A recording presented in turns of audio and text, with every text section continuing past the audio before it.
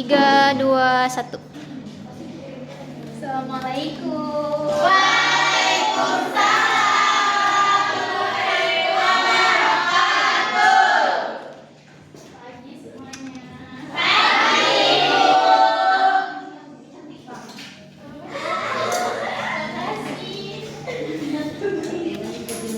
Gimana kabarnya hari ini? Alhamdulillah luar biasa. Allahu Akbar. Alhamdulillah ya, kita masih diberi kesempatan untuk bertemu dalam pertemuan kali ini.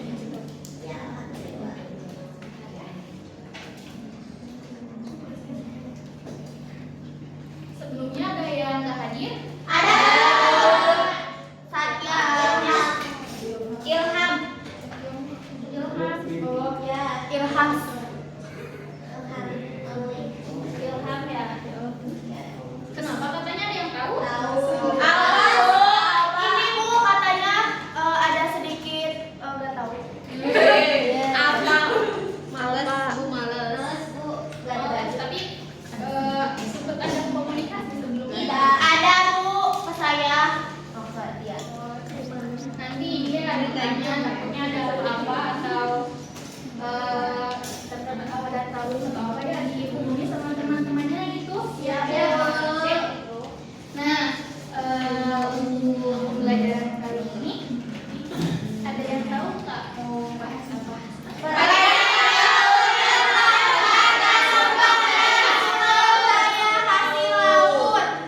Ya, betul. Kalau soal laut ada kaitannya sama apa aja sih?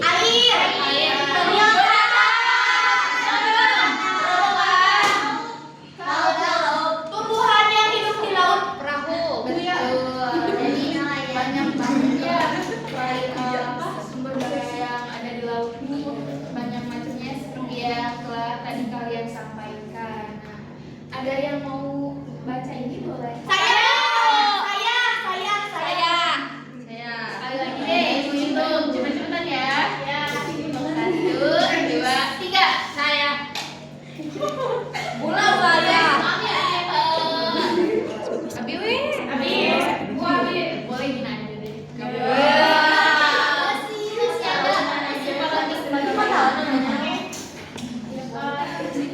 dibacanya udah saya mau membedakan tujuan dan manfaat dari pelayaran laut, membantu kita memahami jenis dan manfaat laut dari kehidupan, terutama laut Indonesia yang kaya akan sumber daya yang harus dimanfaatkan secara optimal.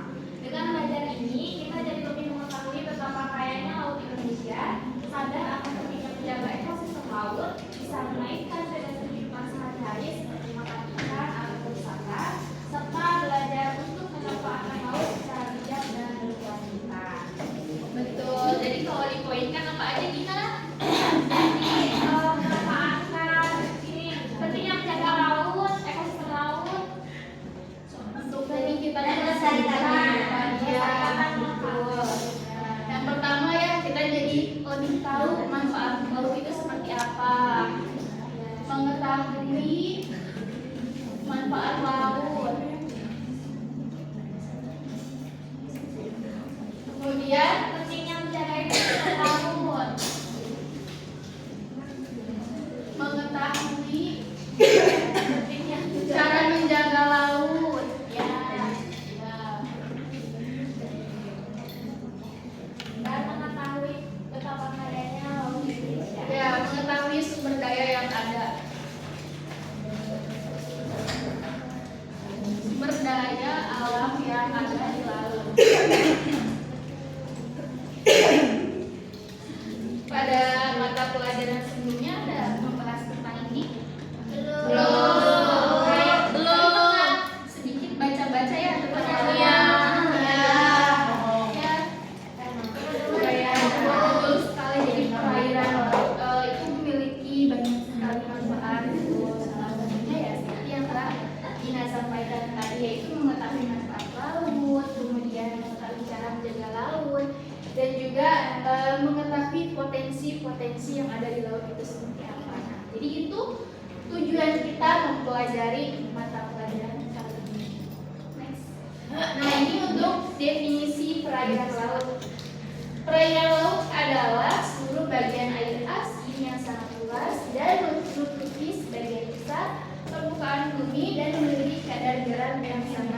Tinggi. Kalau di Indonesia ada apa aja sih? Pangandaran. Kalau di Jawa Barat ada Pangandaran. Harang tahu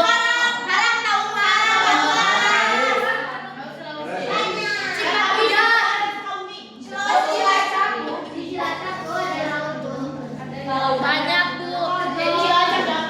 Jadi Indonesia ini sangat panjang, memiliki garis pantai yang sangat panjang. Jadi pasti memiliki sumber daya alam yang sangat berlimpah. Kenapa sih? Ada yang tahu nggak? Indonesia disebut negara maritim. Ada nama. Yang maju, Bu. Boleh. Ya, boleh. Silakan. Karena Indonesia luas lautnya lebih luas daripada daratannya, makanya Indonesia disebut negara maritim. Betul, itulah Reza menyampaikannya bahwa Indonesia ini ternyata luas lautnya sangat besar daripada daratannya. Nah, ya betul sekali karena sebagian besar wilayahnya adalah kaya, menjadikannya negara kepulauan terbesar di dunia dengan garis pantai panjang, kekayaan sumber daya laut yang melimpah, dan juga sejarah budaya dan seni yang kuat. Nanti terkait sejarah akan sedikit jelas. Nah, contoh di Indonesia bisa kalian baca ya, ada Laut Jawa, Laut Banda, Laut Flores, Laut Merah. Nah, di sini ada klasifikasi laut berdasarkan letaknya. Mungkin Ibu akan gambar peta Indonesia, cuma nggak terlalu jelas ya, kayak sketsa aja. Nah, kalian ada yang tahu ini bagian pulau? Sumatera. Bali. Sulawesi.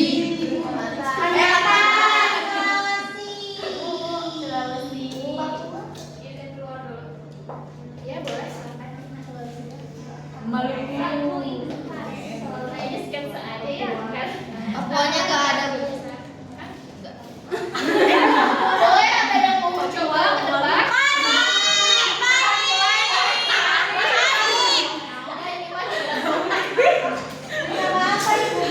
Mau nggambarin peta Indonesia.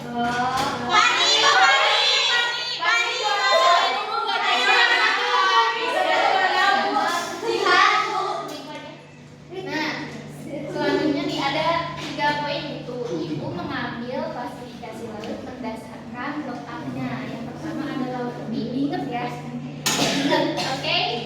Laut tepi berada di tepi benua dan dipisahkan dari samudra oleh pulau atau deretan pulau. Jadi, nah, laut tepi itu ada di tepian ini. Kan berada di tepi ya? Dari judulnya aja laut tepi. Kalian udah bisa menebak istilahnya itu ya. Bukan pesisir, Bu. Nah, jadi beda lagi. Kalau pesisir kan lebih ke daerah pantainya seperti itu. Kalau ini laut kan cakupannya luas. Kemudian ada laut tengah. Laut tengah tuh berada di antara benua dan dipisahkan dari samudra oleh daratan atau pulau-pulau. Biasanya dikelilingi sama pulau-pulau. Ya, tengah-tengah itu kayak laut Banda, laut Jawa. Nah, selanjutnya ada yang ketiga, laut pedalaman. Betul yang tadi telah disampaikan oleh Sasa. Laut pedalaman itu hampir seluruhnya dikelilingi oleh daratan. Contohnya tadi laut Jawa. Kenapa disebut laut Jawa? Karena ada yang laut Jawa. Luar Jawa. Nah, kalau ada situ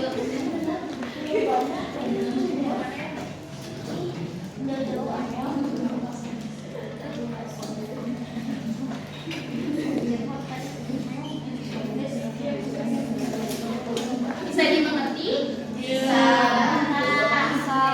Selanjutnya ada yang mau maju ke depan? Boleh acungkan tangannya. 1,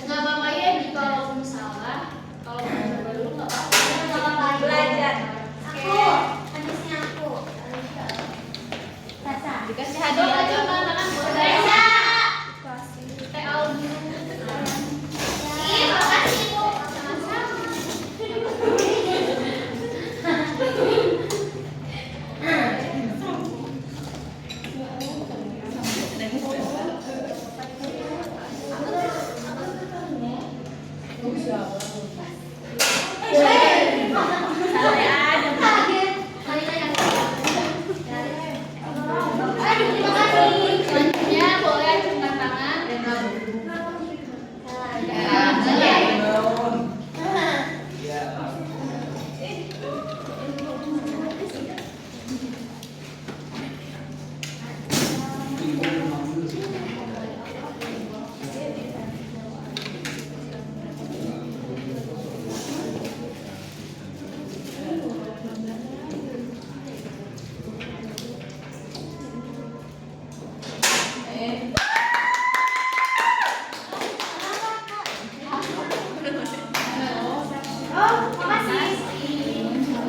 Nah, jadi betul ya, ini sesuai dengan yang telah tadi Ibu sampaikan bahwa sebagai contoh, Laut Cina Selatan itu merupakan laut pria yang mana berada di atau ya. Kemudian ada Laut Jawa, yaitu laut pedalaman. Laut Jawa ini sebagai contoh laut pedalaman karena Laut Jawa ini berada dikelilingi oleh pulau-pulau seperti itu. Jadi berada di dalam Indonesia, jadi disebut laut dalam. Ya. Nah, untuk laut Bandar pun ini sebagai contoh laut tengah, berada hampir mirip dengan ini. Cuma kalau misalkan laut pedalaman itu cukup apa ya? Cukup terlalu padat.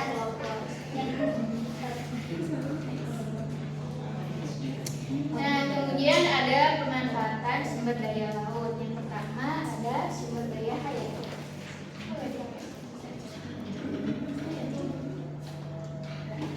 Nah, yang pertama ada sumber daya hayati. Sumber daya hayati ini merupakan sumber daya yang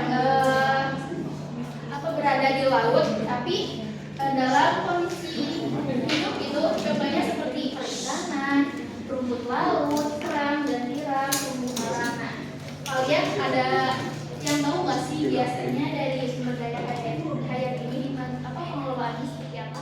Contohnya, misalkan rumput laut biasanya dijadikan sebagai apa?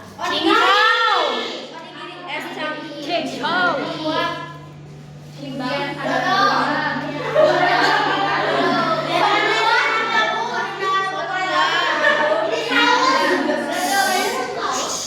itu baru tahu dodol. Ternyata banyak sekali ya.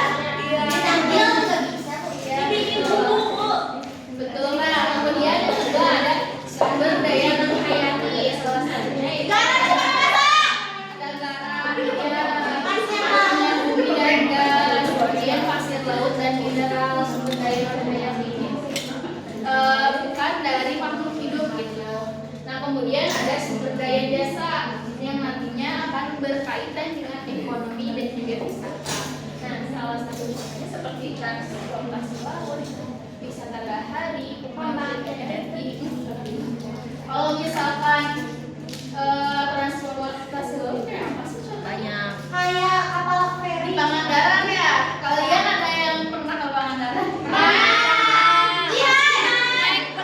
Pasti semuanya pernah ya. Soalnya memang salah satu destinasi wisata yang sangat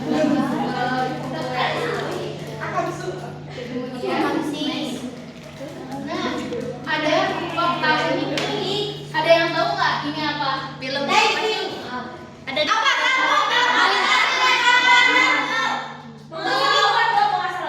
Tapi nggak cuma itu aja. Iya, kalau misalkan ada yang teliti, pasti kalian tahu tentang gambar ini. Iya, tahu, Bu. Ada yang tahu acungkan tangan? Saya. Apa boleh? Suku 2.000. Jadi suku.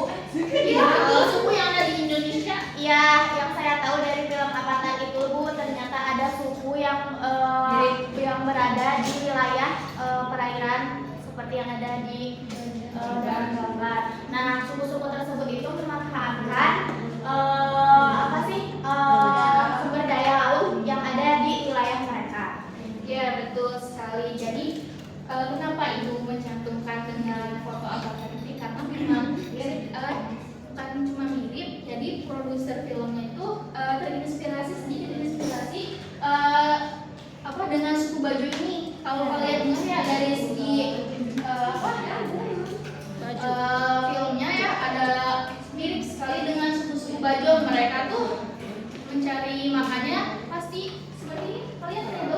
bahwa ikan di dalam laut itu nyaman, kemudian tinggalnya di pesisir-pesisir laut. Kalau suku Bajo itu dulunya nomaden menjadi ikan.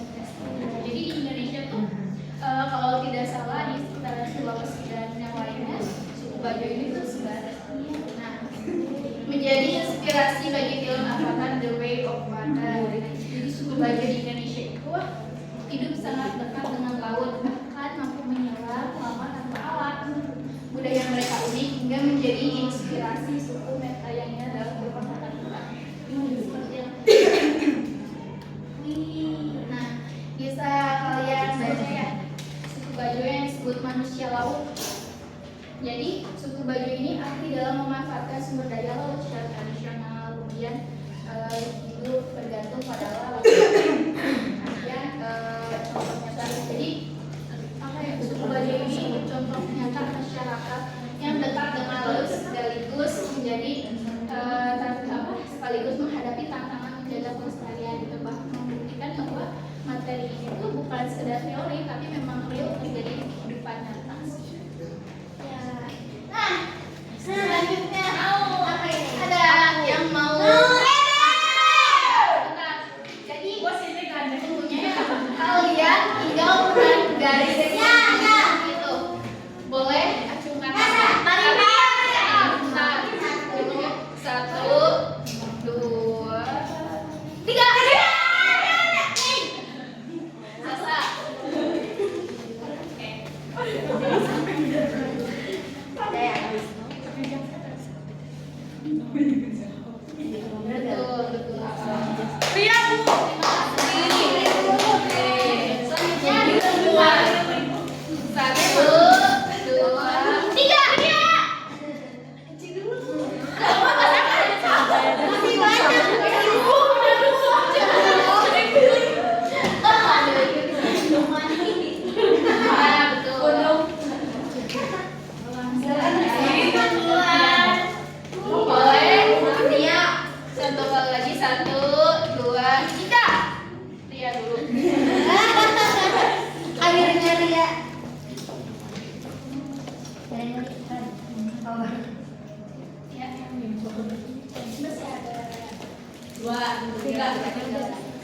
Boleh tengah tangan, satu, dua, tiga. Coba. Alwi kamu nyobain? Kenapa coba ditonjok? Oh, ini tasnya lawan dong. Iya, betul. Ke sini ya? Ya. Ini masih kita. Abi. Tunjuk Bu sekarang. Mandi Bu. Tunjuk sekarang. Tunjuk untuk mengefisienkan waktu karena memang jam ibu sebentar lagi akan habis ya. Gak apa-apa sama Ibu. Ibu tunjuk aja. Boleh deh. Ya.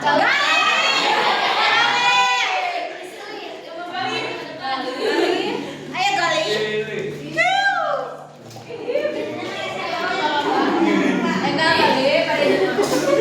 Gali waktu Gali. Atau Gali ke sana.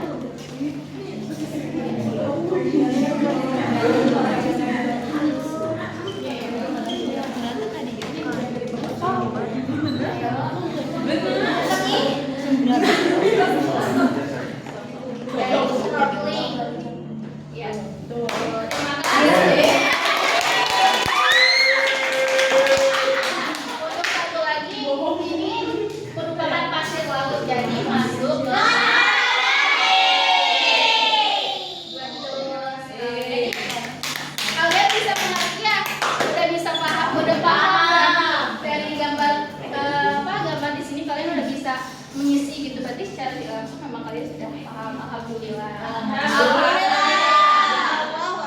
Jadi dari adanya game ini juga menjadi kesimpulan bahwa pelajaran kali ini akan segera berakhir. Ada yang mau menyimpulkan? Boleh nih. Kesimpulan dari pertemuan kali ini yaitu mengenai perairan laut gitu. Nah, laut ini memiliki karakteristik seperti yang tadi sudah disebutkan ya, ada laut kecil, laut tengah, laut beraman. Terus pemanfaatannya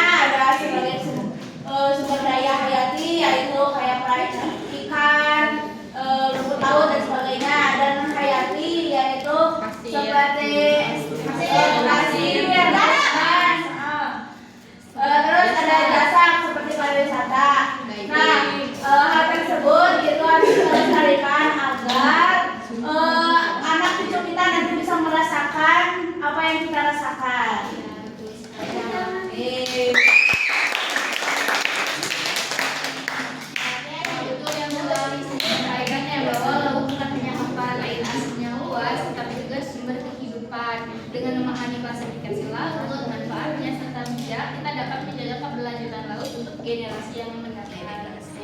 Nah, terima kasih untuk anak-anak sekalian yang sudah menyimak materi kali ini, sudah mampu menyampaikan pendapat kalian masing-masing.